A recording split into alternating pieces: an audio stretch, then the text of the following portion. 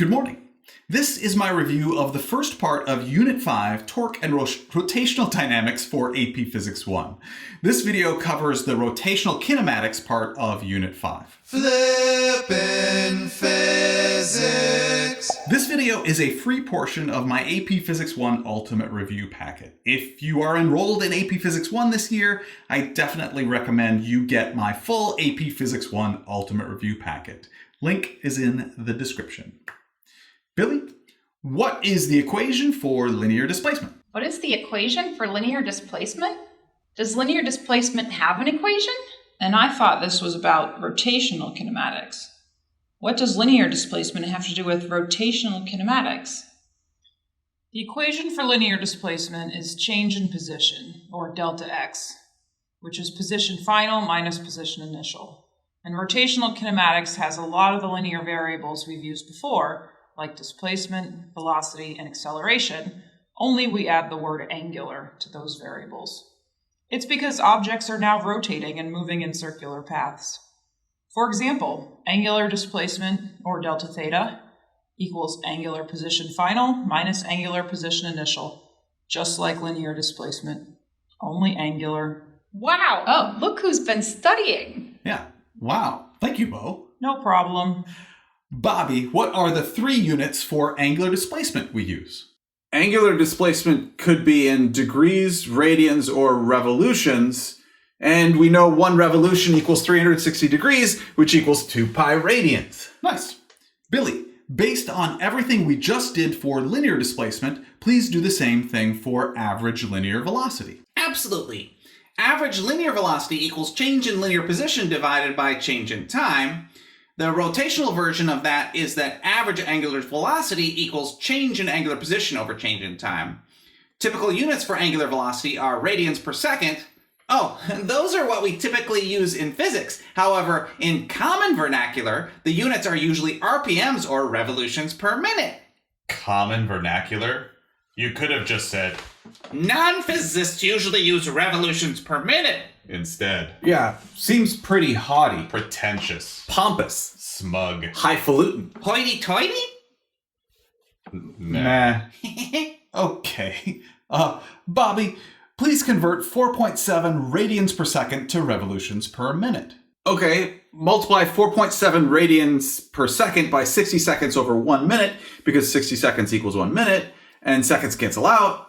And then multiply by 1 revolution over 2 pi radians, because 1 revolution equals 2 pi radians, and radians cancel out. And we get 442.965, which rounds to 440 revolutions per minute. I got 44.882 or 45 revolutions per minute.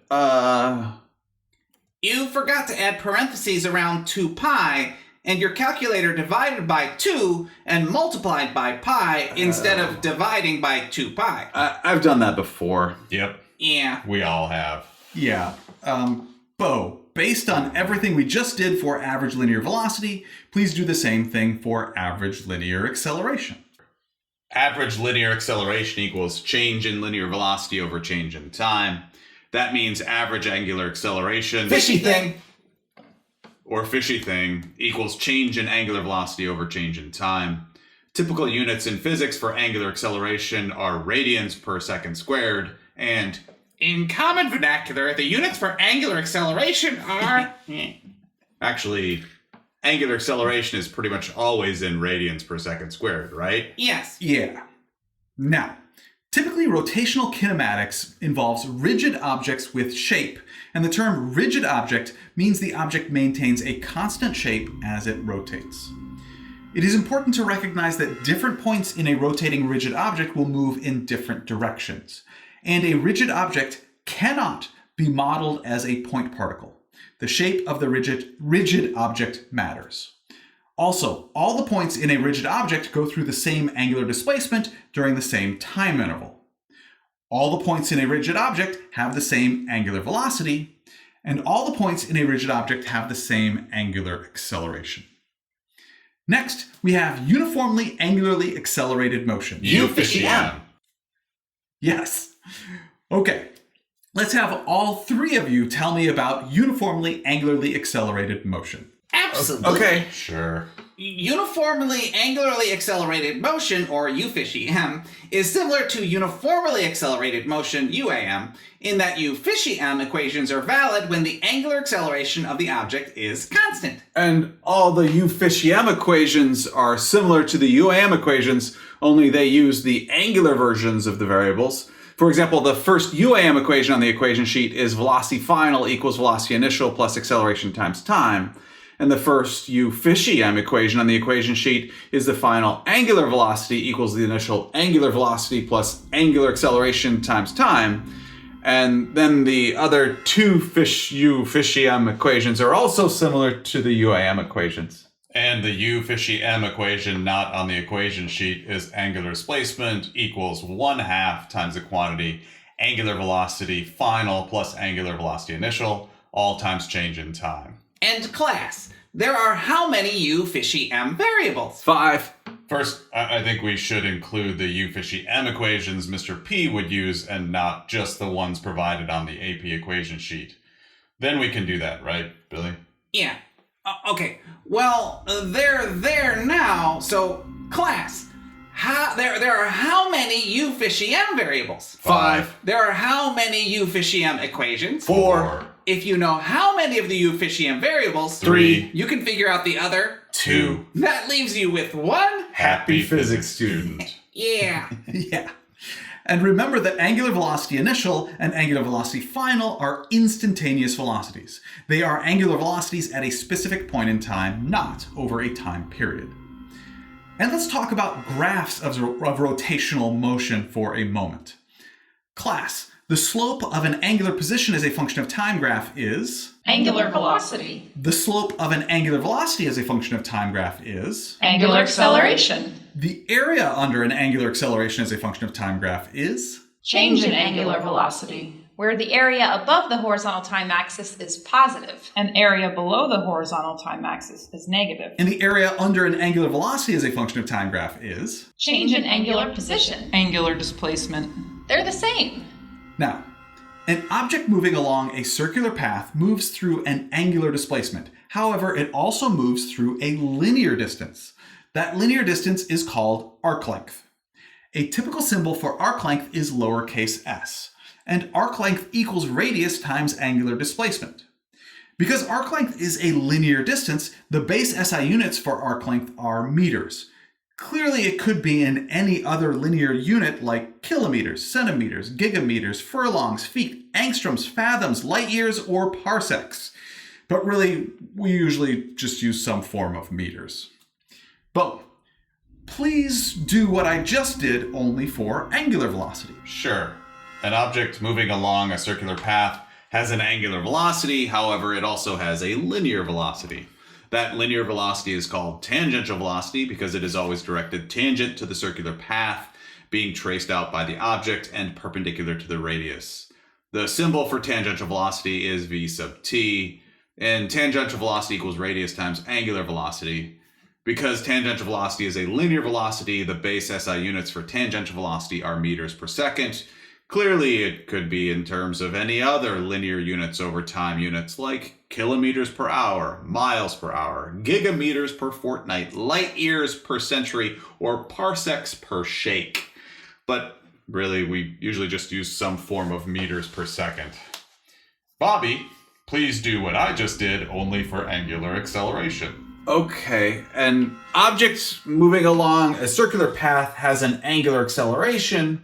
Actually, that's not always true. Objects moving along circular paths could be moving at a constant angular velocity, then they would not have an angular acceleration. So instead, I'll say when an object moving along a circular path has an angular acceleration, it also has a linear acceleration. That linear acceleration is called tangential acceleration because it is always directed tangent to the circular path and being traced out by the object and perpendicular to the radius. The symbol for tangential acceleration is a sub t, and tangential acceleration equals radius times angular acceleration. Because tangential acceleration is a linear acceleration, the base SI units for tangential acceleration are meters per second squared, And I'm not going to do any of that rigmarole about alternate units for tangential acceleration because we really only use meters per second squared as units for tangential acceleration. Billy, I don't know what to ask you. I'll talk about the direction of tangential acceleration. Okay. If the magnitude of the tangential velocity of an object is increasing, the tangential acceleration of the object is in the same direction as its tangential velocity.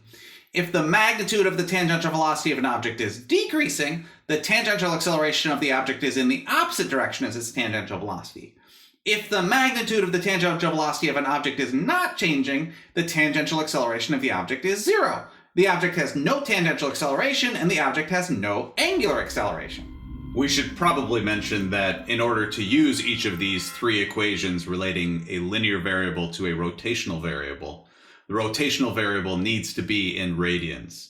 So angular displacement needs to be in radians, angular velocity needs to be in radians per second, and angular acceleration needs to be in radians per second squared. Go ahead, you can mention it. I just did. Yeah. We have to use radians because radians are dimensionless and they drop out of the equation. Yeah. And each of these equations uses the magnitudes of each of the vectors in the equation. For example, it's actually tangential speed equals radius times angular speed because the tangential velocity of a point on an object and the angular velocity of the object are always in different directions. Yeah, and in AP Physics 1, we use clockwise and counterclockwise to describe the directions of the angular quantities like angular displacement, angular velocity, and angular acceleration. It's a bummer we don't get to use the right-hand rule. Yeah. Limber up. No, we don't do that. Yeah. Now, if you recall, in Unit 2, we learned that centripetal acceleration equals tangential speed squared divided by radius. We now know that tangential speed equals radius times angular speed, which we can substitute into that equation to show that centripetal acceleration also equals radius times angular speed squared. And now we can talk about the three different accelerations an object can have when it is moving along a circular path: angular acceleration, tangential acceleration, and centripetal acceleration. Angular acceleration is the only one of the three which is an angular quantity, and it has units of radians per second squared. On the other hand, both tangential and centripetal acceleration are linear accelerations with units of meters per second squared. One way to tell the difference between the two linear accelerations is by their directions. Tangential acceleration is always in a direction tangent to the circular path being traced out by the object and perpendicular to the radius of the circular path. Centripetal acceleration is always in a direction perpendicular to the circular path being traced out by the object and in toward the center of the circle along the radius of the circular path. The word centripetal literally means center-seeking. So, the centripetal acceleration is the center-seeking acceleration, or the acceleration toward the center. Notice, this means that tangential acceleration and centripetal acceleration are always perpendicular to one another. Another thing to realize about centripetal acceleration is that circular motion cannot exist without centripetal acceleration. If the centripetal acceleration of the object is zero, it is not moving along a circular path. Tangential acceleration results from the change in magnitude of the tangential velocity of an object, and therefore, if the magnitude of the tangential velocity of an object moving along a circular path is not changing, the object has zero tangential acceleration. On the other hand, centripetal acceleration results from the change in the direction of the tangential velocity moving along a circular path. If the direction of the tangential velocity is not changing, then the object is not moving in a circle and it has no centripetal acceleration. Okay, Bo, please derive the equation which shows the relationship between angular velocity and period. Sure. We know angular velocity equals angular displacement over change in time. We also know period is defined as the time it takes for one full revolution. And if an object goes through one full revolution, it has an angular displacement equal to 2 pi radians. So let's substitute 2 pi radians in for the change in angular position and period in for change in time and solve for period. We can remove the radians because they are dimensionless, and we get period equals 2 pi over angular velocity, the equation which shows the relationship between angular velocity and period. Thanks, Bo. Lastly, it is important to recognize that when an object is rotating, the terms angular displacement, angular velocity, and angular acceleration all refer to the whole object. However, the terms arc length, tangential velocity, tangential acceleration, and centripetal acceleration all refer to a specific location on the object or a point particle in that object. In other words, the angular variables refer to the whole object, and the linear variables refer to a specific location on the object. That is very important to realize. Now, I know we just did that entire review of rotational kinematics without visualizing anything.